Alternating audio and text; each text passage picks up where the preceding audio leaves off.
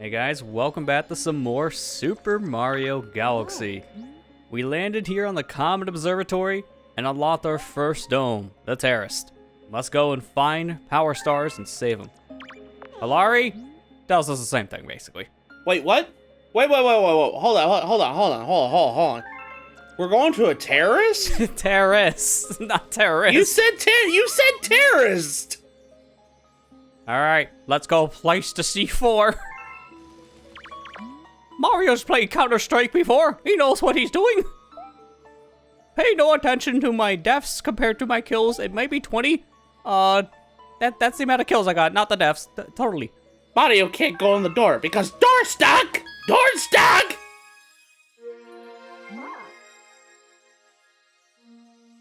So what is this Luma's name? So this is basically the second hand in command here to Rosalina. His name is Polari. Most people don't know that because I don't remember if they tell you that here in the game. Like at all. It's like a thing we know because of supplemental material like the manual for the game or strategy guides. Excuse me.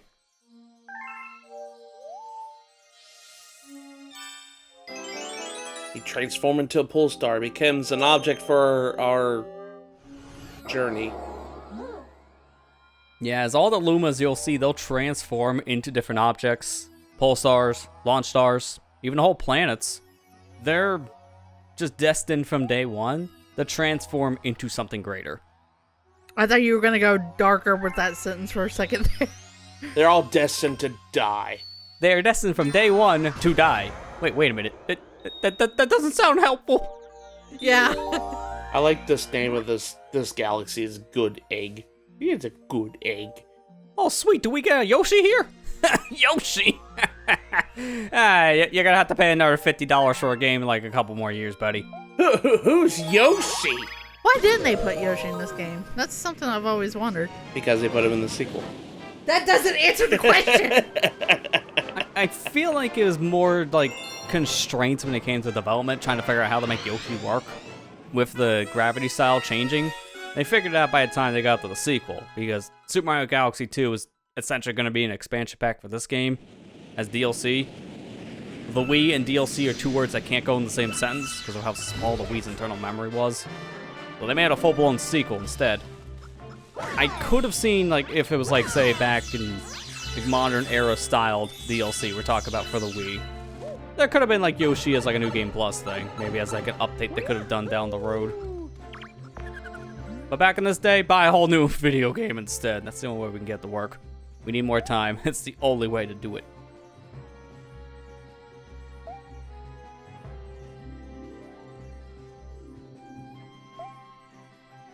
Remember to get your tasty star bits because that's very important, Mario. And I really hope you don't need to see and have fat thumbs because you're doing that in handheld mode. Godspeed. I've tried it. It's not impossible, but if you're gonna play in handheld mode, preferably have a table nearby so you can put your Switch down and then play on tabletop instead. Break off the Joy-Cons. Don't use the touchscreen.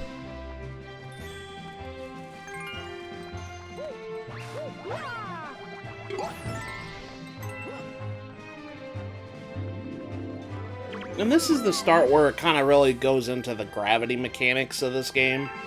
Where, you know, changing the perspective of gravity and everything else.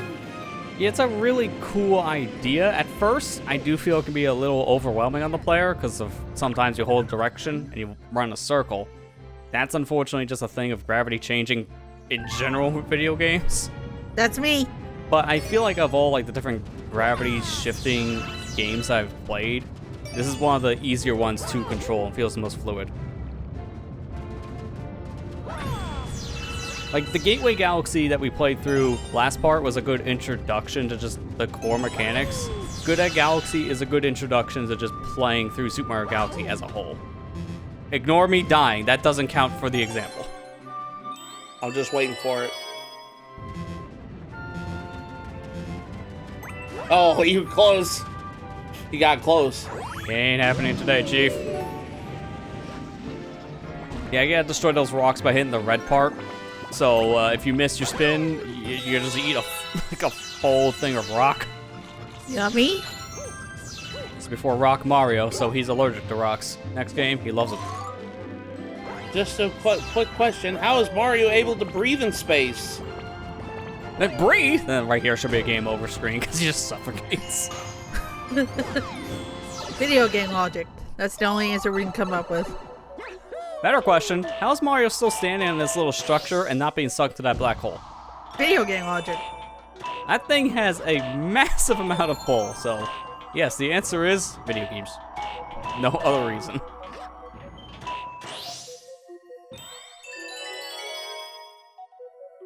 You did the thing. Make a pull star appear. That's the whole gimmick of this level. Well, that was a whole lot of nothing. Like, really, you only go to that little secret area for the one-up, and then it just takes you to the next section. So if you don't care about the life, it really doesn't matter. In fact, it's slower.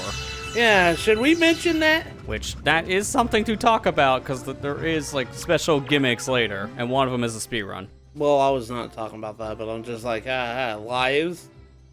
Lives? Yeah, we'll be seeing the lives be very inconsistent throughout this playthrough, because in Super Mario 64, when you turned the game off, it didn't save your lives. Alright, it's understandable. Brand new console, still had limitations, N64 can only hold like 32 megs of storage, sure. Next game, Super Mario Sunshine, turns it off, saves your lives. Oh, good, now I can start with all my lives. Super Mario Galaxy, turns the game off, goes back to 4. How did we regress? Yeah. There's more system memory on the Wii! What's lives? This is Mario. Unfortunately, Galaxy 2 has the exact same problem. So, yeah, in the Galaxy games, if you want a bunch of lives and you turn off your system, the best way to keep your lives is to find a life grinding spot and just get it back the next session. They circumvent this in some fashion in this game with a lot of easy to get lives in the hub, and then there's gonna even be like freebie lives which will hand to you in a letter. But besides those options, it just still kind of feels like a sucker punch to lose your lives when you turn the game back on. I really like the cosmic underground theme that played before you started this boss fight. I don't know why, I always loved that version of the underground theme. It's good music. Yeah. Oh yeah, it's a really good theme. This game is actually the first for the Mario series to actually have a full orchestra for arrange all the songs, and you can tell that, yeah, this is like a much bigger budget than normal. The soundtrack in this game and its sequel is phenomenal. Dino Piranha. We didn't really get a chance to talk about that boss, but that's okay. He was defeated before he even got a chance to even do anything. It's a boss? I thought it was a kid throwing a temper tantrum. All you just had to do was just smack him on the side of the head with his tail. That's all you had to do. Yeah, there's really not much to it, because it's your first real boss in this game, so of course it's going to be a very simplistic enemy to fight. Hey, now to teach me how to shoot my gun. It's full of candy.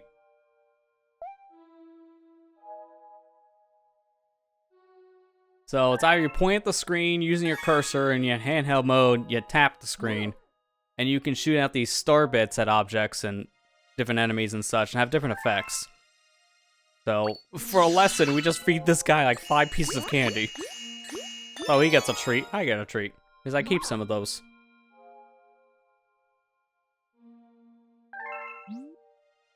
Wait a minute. I had to pay for lessons. Come on. It's kind of funny. He paid us to teach us something. Sucker! Oh, learn for free.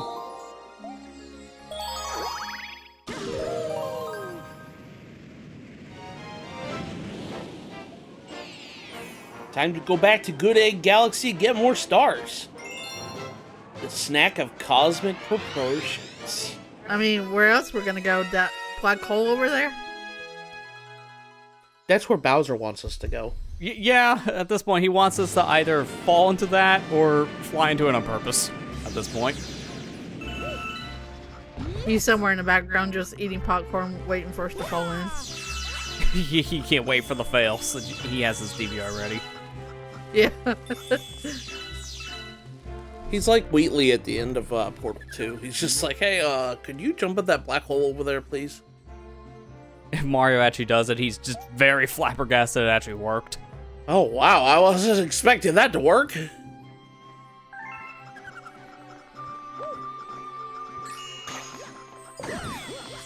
Man, such weak enemies just get simply defeated by candy.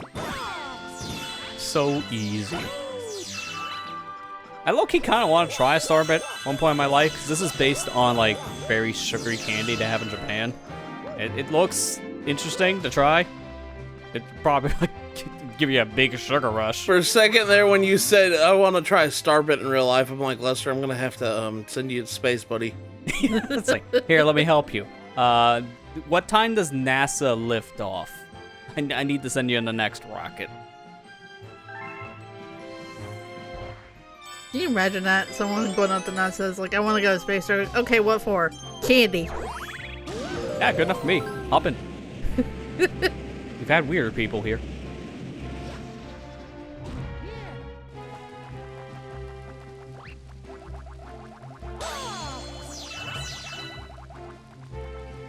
Gee, they've put a lot of Starbits all over the place here in Good Egg. I wonder if there's a very specific reason. Oh, it couldn't be because there's one hungry boy around here somewhere.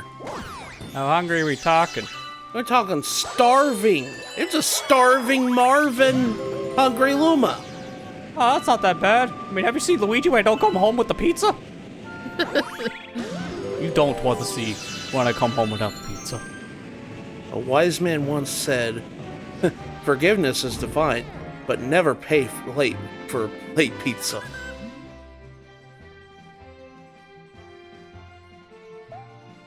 So this is our first Hungry Luma. They introduce it with a mandatory one here, so we need 100 Starbits to progress in the mission. These guys are optional going forward, but feed this guy as many Lumas as you want. And yeah, let's just say it's gonna get interesting. Wait, what? Wait, hold on. He's not a cannibal. Let's not talk about, let's not feed him Lumas. No, you mean Starbits, buddy. God. You know what? It's been a day, didn't realize.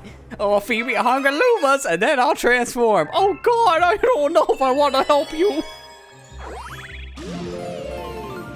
I need help. I need an adult. Even though I'm an adult. That Luma's just like, no, I don't want to eat my brothers. I'll transform into a bigger Luma. How? Feed me all of them. No. Oh, so that's how Lubba was created. That explains a lot. Look away, kids. He didn't get access to a spaceship on his own. He ate his way to the top. It's a dog-eat-dark world out there. Or in this case, a Luma-eat-Luma world.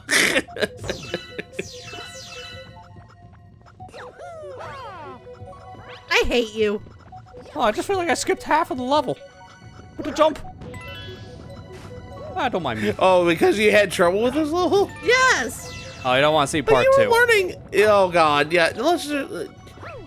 Amber, you're just learning how these mechanics work. I'm not good with 3D platformers. I know this. It's okay. I still hate them. So you know this section here, you're supposed to collect a whole bunch of blue star chips, make some pole stars, and then you can pull your way to the star. Alternative, long jump. It was a puzzle. I thought you just long jump. Because I'm not kidding, when I first played the game, I didn't even see the star chips. I thought you had to do that. Lester, what is wrong with you? Called bad eyes and very small screen as a kid. Not much has changed. Still have the bad eyes. It's called. He played Mario 64. It's called. I played Mario 64, and I know how to long jump. Yeah, I kind of missed it when Sunshine didn't have it for reasons. Then I just dived everywhere. Which diving isn't in this game, and now I missed that. Like, they always gotta remove a movement for him. We don't get all of our movement back until Odyssey. There's always that one thing left out. Then audio.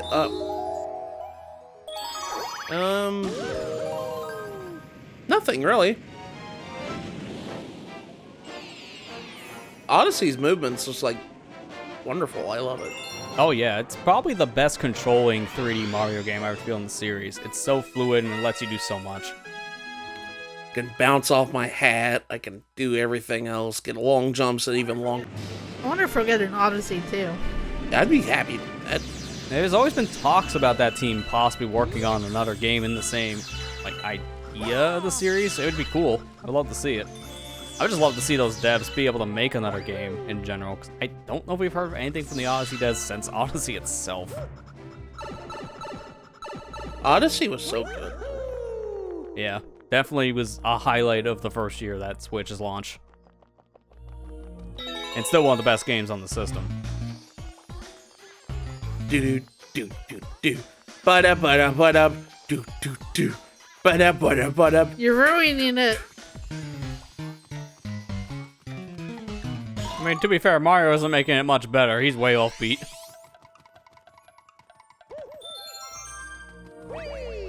Oh boy, a life! What will happen after I turn the console off? It'll be deleted.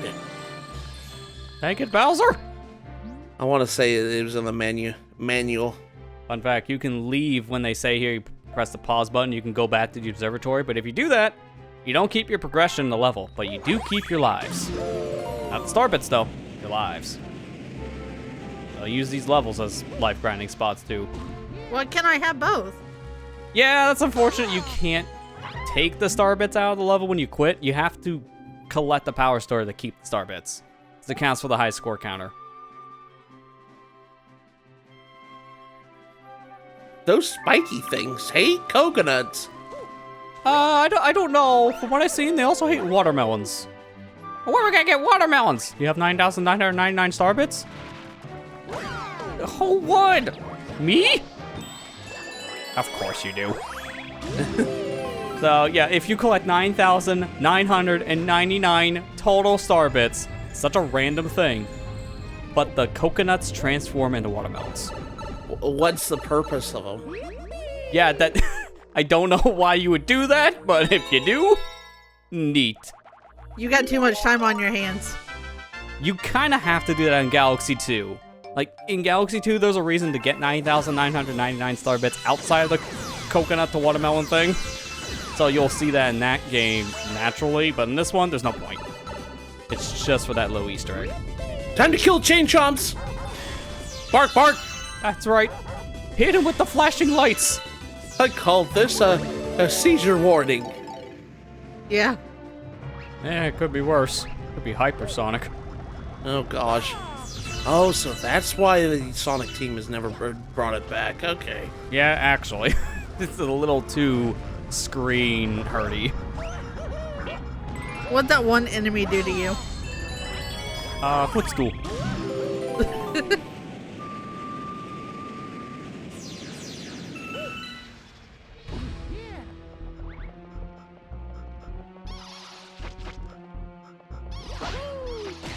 Two for a price of one, Grandma! Oh, that's okay. I can get up there. Nice work, but you gotta keep going. Can I throw the toad in the black hole?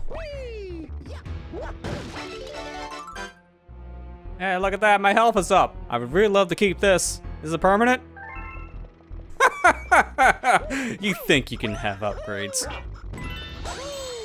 So that's a life shroom. Life shrooms are temporary. You get them in the level you're playing. If you go down to 3 units of health, you will lose that extra 3 you have on the screen now. So try to keep it at 4 or higher if you want to keep the extra health. But it is helpful, especially when you're coming up to a boss like how we are now. It's like, how can Mario Sunshine have so much health points, but I can only have 3 in this game? Yeah, we really took a hit. 64 and Sunshine had a lot of health points, and then we got to Galaxy's 3 hits. I'm not gonna lie, I thought the game literally dropped you right into the pit for a second. Oh, if I kept that long jump going, I would have fell in the lava. I've done that before.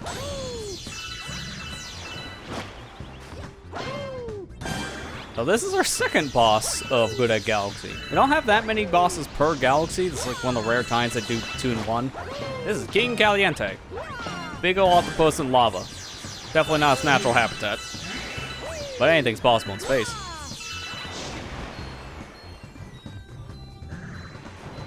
Okay, now be careful of the fire around us, the little potaboos. But just keep on smacking coconuts and you're good. He took a page out of Ganondorf's book. Wanted to play tennis. You say that, but I think someone else took a bigger page, unintended, out of Ganondorf's book later. That's all we can do for now in Good Egg Galaxy. There are 3 main stars you can get in the main galaxies, so for now, we're done here. But there are more stars that we can collect, we just don't have access to them now. So we'll be coming back later on. For now, we can ponder, where are we going next time? An egg? This time? Next time I really hope it's not infested with bees.